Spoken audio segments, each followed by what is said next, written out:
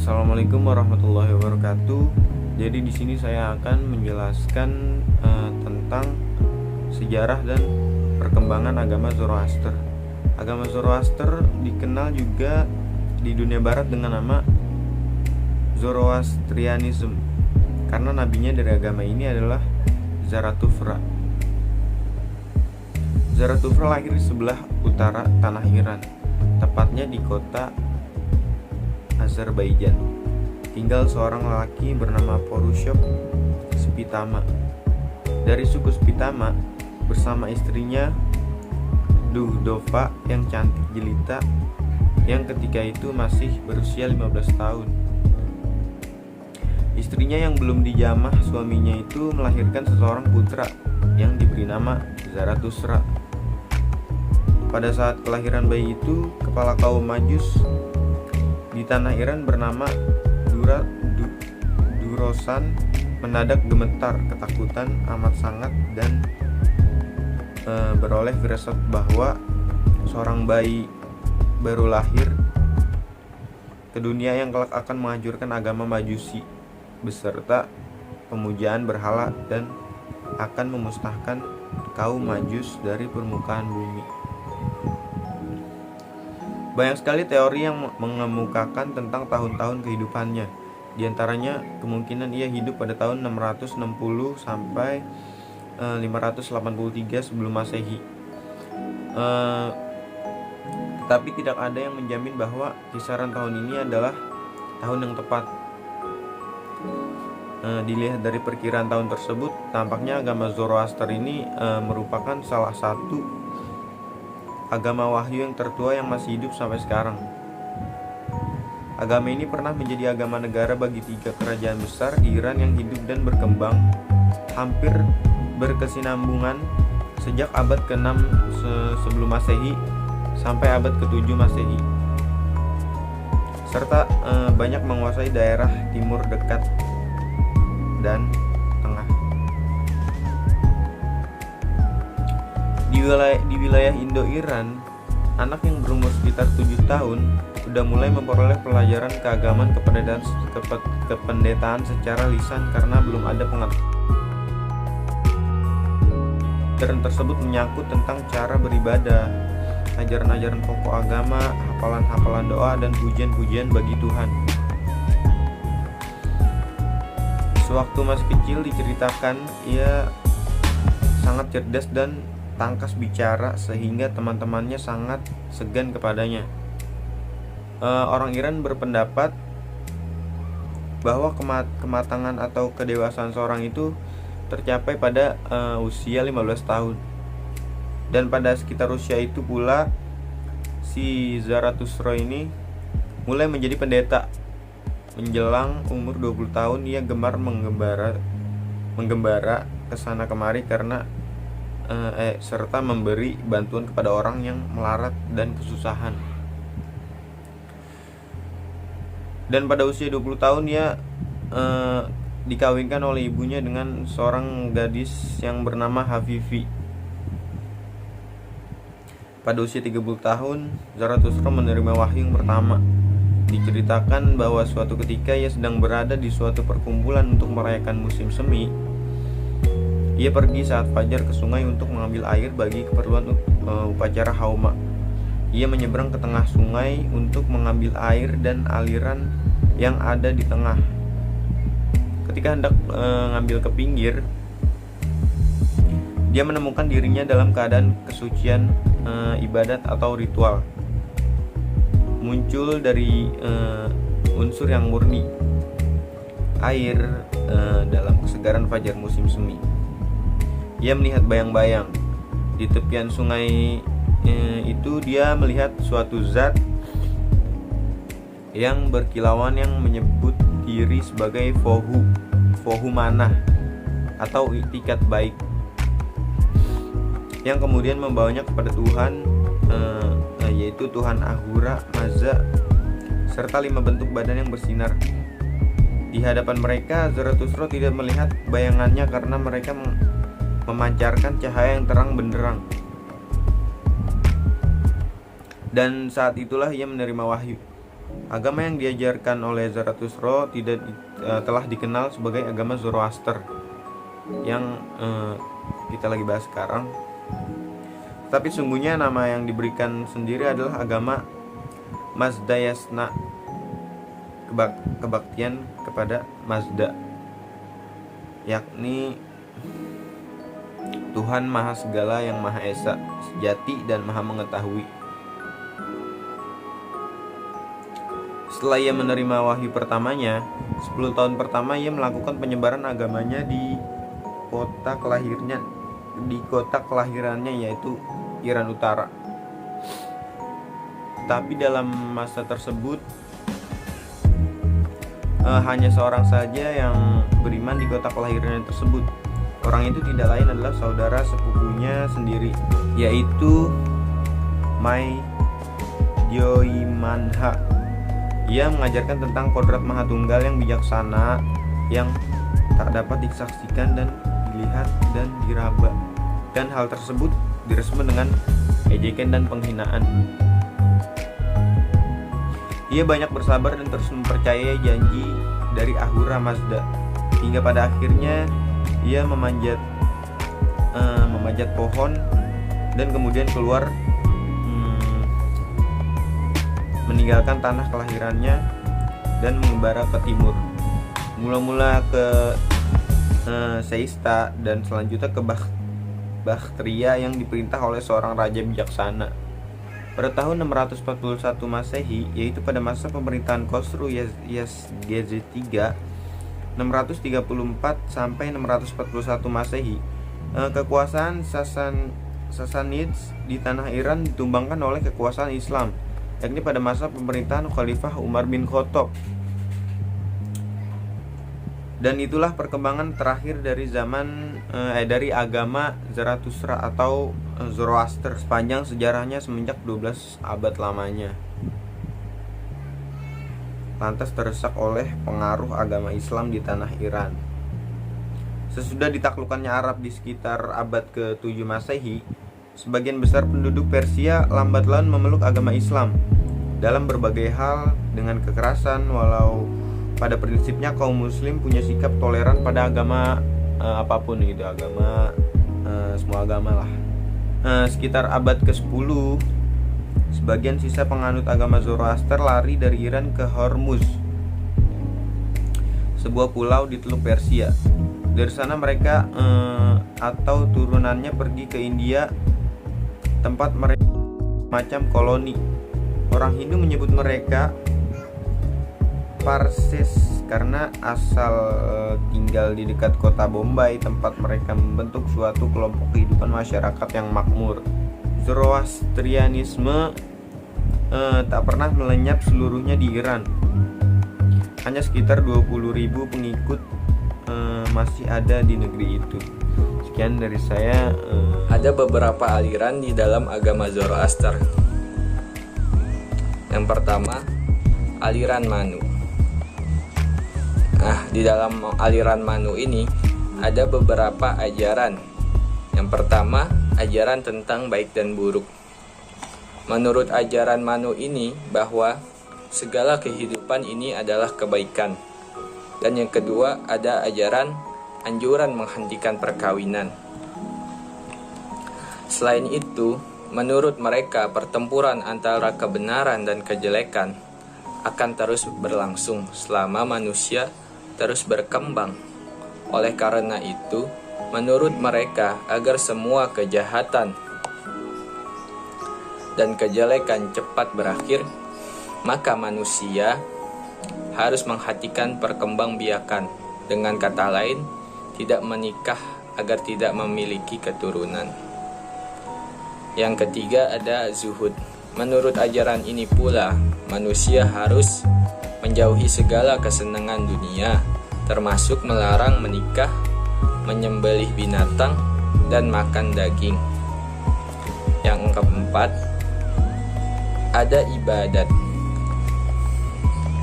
Aliran Manu mengajarkan peribadatan, yaitu sembahyang dan puasa. Sebelum sembahyang, mereka mengusap anggota badan dengan air. Kemudian, menghadap matahari lalu bersujud. Dalam tiap kali sembahyang ada 12 kali bersujud. Pada setiap sujud dilakukan doa. Mereka juga berpuasa 7 hari dalam sebulan. Nah, aliran kedua yaitu Mazdak. Aliran ini ajarannya mirip dengan ajaran Majusi kuno, yakni meyakini adanya 2 Tuhan, yaitu Tuhan baik dan Tuhan keburukan. Selain itu, ajaran yang paling terpenting dari ajaran ini adalah ajaran yang mirip dengan sosialisme, yang menyatakan bahwa manusia harus sama derajatnya, yakni tidak memiliki setara sosial. Nah, di Mazdak ini ada yang namanya ajaran Sanwiyah. Di antaranya, ajaran selain mengakui 2 Tuhan, mereka juga mengajarkan untuk menyembah api. Selain mereka juga menyembah berhala. Dan selanjutnya ada ajaran Disahniyah. Disahniyah adalah ajaran Majusi yang lahir di luar Persia, yang didirikan oleh bangsa Syriani yang bernama Bardaisan atau Ibnu Disan yang wafat pada tahun 222 Masehi. Ajarannya mirip dengan ajaran Manu yang menyatukan 2 ajaran, yakni Nasrani dan Majusi. Hanya saja perbedaannya adalah menurut mereka bahwa Isa Al-Masih merupakan Allah yang diserupakan dalam bentuk manusia yang diutus untuk manusia. Selanjutnya ada yang namanya ajaran Zindik. Zindik adalah sebuah aliran Majusi yang sangat berbeda dengan yang lainnya, yakni agama Majusiyah yang ateis, yakni tidak percaya akan adanya Tuhan. Menurut mereka bahwa alam raya ini terjadi dengan sendirinya dan tidak akan berakhir, kekal selama-lamanya, dan zaman yang beredar ini akan terus berputar, tiada akan berakhir. Sekian dari saya, terima kasih. Baik, saya akan mengajukan penjelasan tentang praktek keagamaan dalam agama Zoroaster. Zoroaster menganjurkan pengikutnya untuk selalu menyalakan api suci di tungku-tungku api yang terdapat di setiap kuil peribadatan. Api tersebut harus selalu menyala dan memancarkan cahaya. Tungku api itu harus diurus dan dijaga oleh para pemimpin agama atau magi, rohaniawan muda, dan juga oleh para pendeta kuil. Setiap hari, mereka selalu memasukkan kayu cendana ke dalam tungku api sebanyak 5 kali, atau kayu lain yang mengeluarkan aroma wangian khas, juga menaburkan serbuk-serbuk dan cairan wangian sehingga udara di dalam kuil selalu terasa segar dan harum semerbak. Mereka juga merapalkan doa-doa dan melaksanakan ritual keagamaan di sekitar api tersebut. Dalam tradisi Zoroastrianisme, ketika akan mendirikan sebuah kuil api baru, mereka diharuskan menyalakan api terlebih dahulu pada 9 buah lilin atau obor. Nyala api di obor pertama, kemudian disalurkan untuk nyala api di obor kedua, dan seterusnya hingga pada obor ke-9. Pengikut Zoroaster meyakini api yang menyala pada obor terakhir itulah yang telah sampai pada derajat kesucian hati. Dan dari api ke-9 itu, mereka menyalakan api pada tungku kuil yang baru tersebut. Mary Boyce dalam bukunya Zoroastrians, Their Religions, Belief and Practice menjelaskan bahwa waktu ibadah orang-orang Iran zaman dahulu ketika matahari terbit, ketika tengah matahari, dan ketika matahari terbenam. Waktu yang tersebut terakhir nampaknya diperuntukkan bagi roh yang telah meninggal dunia. Zoroaster nampaknya memberikan 2 tambahan lagi, sehingga dia mewajibkan kepada para pengikutnya untuk beribadah 5 kali sehari. Tambahan pertama adalah waktu tengah siang seperti waktu asar seperti dalam agama Islam, yaitu tengah-tengah antara tengah hari dan waktu matahari terbenam. Bagi agama Zoroaster, selain musim panas, doa-doa yang dibaca pada tengah hari berfungsi membantu orang yang soleh untuk berpikir tentang kebenaran serta tentang kejayaan kebaikan sekarang dan yang akan datang. Sedangkan selama musim dingin adalah merupakan peringatan tahunan akan adanya kekuatan kejahatan yang mengancam dan perlunya bertahan terhadapnya. Tambahan baru lainnya adalah tengah malam yang tenggang waktunya sampai saat matahari terbit. Doa ini dipersembahkan bagi Serausa atau Tuhannya doa. Selama waktu itu, ketika kekuatan kegelapan berada pada puncaknya yang paling kuat dan mencari-cari mangsa, Para pengikut Zoroaster harus bangun, mengisi minyak dan dupa pada tungku api dan memperkuat dunia dengan kebaikan dan doa-doa mereka. Kemudian bentuk dan isi sembahyang yang dikenal dari praktek yang ada adalah sebagai berikut. Yang pertama adalah orang yang hendak melaksanakan sembahyang mempersiapkan diri dengan mencuci wajah, tangan, dan kaki dari kotoran debu, kemudian menutup sebagian mukanya. Yang kedua adalah melepaskan tali kawat suci dan berdiri dengan tali dipegang dengan kedua tangan di mukanya, tegak lurus di hadapan penciptanya, matanya sambil menatap simbol kebajikan yaitu api. Yang ketiga, dia berdoa kepada Ahura Mazda dan mengutuk Ahriman sambil memukul-mukul ujung kawat dengan penghinaan, memasang tali kawat lagi sambil masih berdoa. Di samping perayaan individu tersebut, para pengikut Zoroaster masih mempunyai kewajiban bersama yaitu merayakan 7 macam peringatan hari besar tahunan. Waktu peringatan berbeda-beda, ada yang pertengahan musim semi, ada yang pertengahan musim panas, dan ada yang pertengahan musim dingin. Perayaan ini dirayakan dengan menghadiri upacara agama atau sembahyang di pagi hari dan kemudian berkumpul bersama di dalam kegembiraan dalam pesta makan. Makanan yang dimakan sebelumnya diberi berkah di dalam upacara agama yang dilaksanakan pada pagi hari tersebut.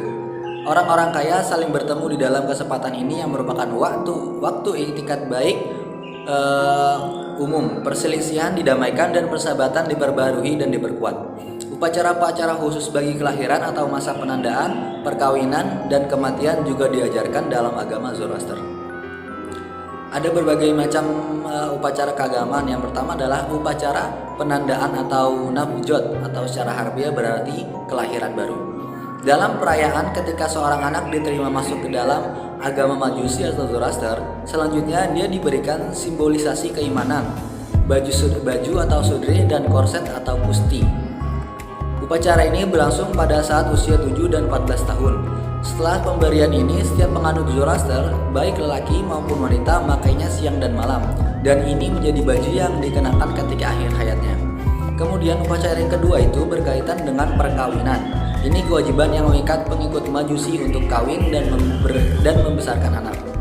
Bagian terpenting dari upacara perkawinan, 3 kali pengucapan dalam akad perkawinan oleh pendeta resmi, diikuti pemberkatan Tuhan, amesas pentas, dan niazatas pada pasangan baru.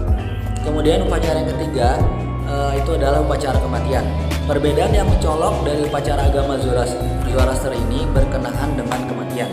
Setelah nyawa meninggalkan raganya, maka badan jasmaninya dianggap tidak suci. Ia harus dihancurkan secepat mungkin. Ia tidak boleh disentuh oleh elemen-elemen suci seperti api, bumi, dan air. Jadi tidak dibakar, dikubur, atau tidak juga dihanyutkan ke dalam air. Ia dibiarkan dimakan oleh burung hingga menjadi bangkai. Mayatnya diletakkan pada suatu tempat yang disebut menara kesunyian yang menghadap matahari. Puncak menara dibiarkan terbuka untuk memberi kebebasan burung-burung untuk memakannya. Kejadian ini cepat berlangsung sekitar setengah jam dan kerangka mayat memutih di bawah sinar matahari dan udara dalam waktu beberapa hari. Ini kemudian dikumpulkan dan disimpan dalam terowongan di pusat menara, dan di sana mereka remuk menjadi debu. Kebiasaan menghancurkan mayat ini tidak pernah terjadi pada saat Zarathustra atau nabinya agama Majusi. Ya, Assalamualaikum warahmatullahi wabarakatuh. Nama saya Andi Kurniawan. Kali ini saya akan menjelaskan tentang ajaran-ajaran agama Zoroaster. Nah, kitab suci agama Zoroaster ini dikenal dengan nama Zen Avesta. Kitab ini terbagi lagi menjadi 3 bagian, yakni yang pertama ada Gathas, kitab yang berisi tentang nyanyian atau ode yang secara umum dan tepat dinisbahkan kepada Zoroaster itu sendiri. Yang kedua ada Yas atau himne, korban yang ditujukan kepada berbagai macam dewa. Dan yang ketiga ada Vendidat atau Vindevdat, aturan melawan setan, berupa sebuah risalah yang terutama menyangkut ketidakmurnian ibadah dan prinsip dualisme yang diperkenalkan oleh Zoroasternisme dan diuraikan sangat panjang dalam bidang kehidupan praktis. Nah, selanjutnya itu ada ajaran-ajaran pokok dalam agama Zoroaster ini yang terdapat dalam kitab-kitabnya mencakup yang pertama itu ada manusia. Dalam teks yang berjudul Nasihat Pilihan dan Para Bijak Bestari Zaman Dulu, atau dikenal juga sebagai Kitab Nasihat Zartus, ditemukan konsep tentang manusia. Manusia pada asalnya adalah wujud gaib, DNA rohnya dalam bentuk frafashi atau frafah. Nah, ada sebelum jasmaninya. Baik jasad maupun rohnya adalah ciptaan Ormazd atau Ahura Mazda. Dan roh tidak bersifat abadi. Manusia adalah milik Tuhan dan kepadanya lah dia akan kembali. Nah, syaitan atau Ahriman adalah penentang Tuhan. Dia seperti Tuhan adalah roh gaib murni. Dia dan Ormas adalah musuh abadi. Cepat atau lambat pertarungan antar keduanya tidak akan terelakkan. Penciptaan atau makhluk baginya merupakan suatu kebetulan bagi pertarungannya melawan syaitan, dan manusia berada di garis depan pertempuran ini. Dalam hal ini manusia tidak dipaksa Tuhan, tetapi karena dia bebas dan sukarela menerima peran ini ketika ditawarkan kepadanya. Di dunia setiap orang bebas memilih baik atau buruk. Jika dia memiliki kejelekan, berarti dia bertindak tidak alami karena ayahnya adalah Ormazd. Nah, bagi agama Zoroaster, peran manusia di dunia yaitu bekerja sama dengan alam semesta, menjalani kehidupan yang soleh dengan pikiran, perkataan dan perbuatan yang baik. Di dunia, manusia mempunyai kewajiban untuk hidup berumah tangga dengan mempunyai istri dan mempunyai anak. Semakin banyak manusia adalah semakin baik karena semakin mudah untuk mengalahkan Ahriman. Yang kedua itu ada Tuhan dan penciptaan. Nah, keyakinan agama Zoroaster meliputi aspek monoteisme dan paganisme sekaligus. Mulanya keyakinan Zoroaster ini hanya mencakup monoteisme saja, namun seiring berkembangnya waktu, keyakinan agama ini juga meliputi paganisme. Profesor Dr. Ali Abdul Wahid Wafi, seorang sejarawan muslim kontemporer, mengatakan bahwa Zarathustra menyerukan ajaran monoteisme untuk menyembah Tuhan yang tunggal, penciptaan segala sesuatu dan segala alam, baik yang berupa esensi, ruh maupun materi atau maddah. Menurut penganut Zoroaster, zat Ahura Mazda adalah esensi murni yang suci dari segala bentuk materi yang tak dapat dilihat oleh pandangan mata dan tidak dapat ditangkap kezatannya oleh akal manusia. Oleh karena itu, Zoroasternisme pun membuat rumusan tentang hakikat ketuhanan zat Ahura Mazda dengan dua rumus penting. Nah, rumus yang pertama itu bersifat transenden atau samawi yang disimbolkan dengan matahari, dan rumus yang kedua itu bersifat imanen atau yang artinya itu ardi yang disimbolkan dengan api.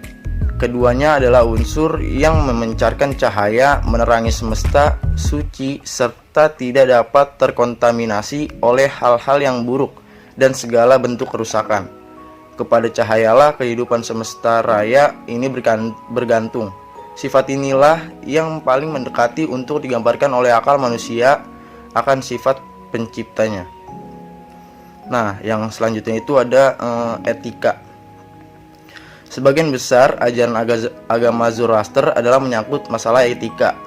Dasar pikirannya, teologisnya mempunyai inti pandangan moralistik tentang kehidupan.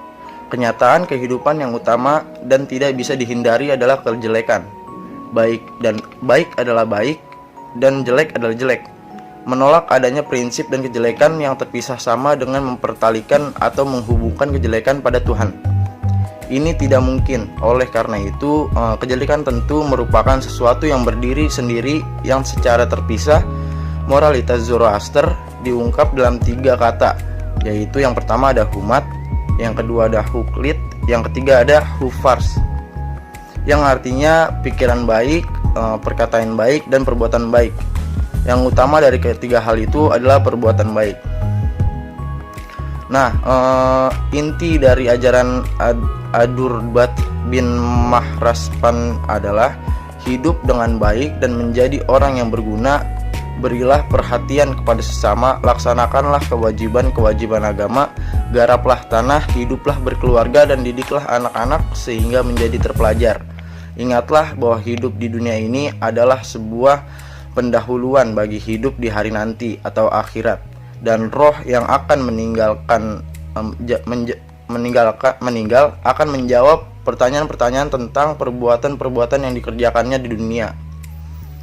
Nah, yang selanjutnya itu ada pengadilan saat kematian. Ajaran agama Zoroaster tentang nasib roh setelah mati terlihat sangat jelas.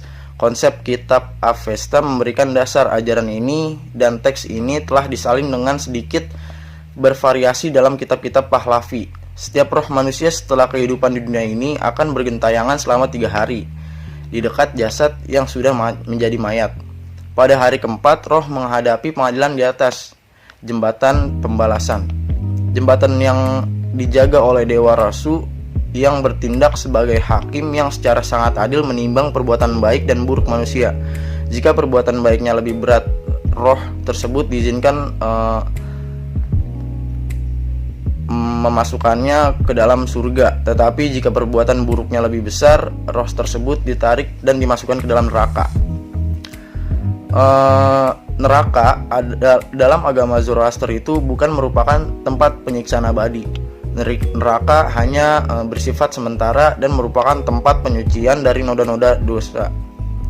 Akhir penyucian dosa terjadi pada pengadilan atau hisab terakhir pada akhir zaman.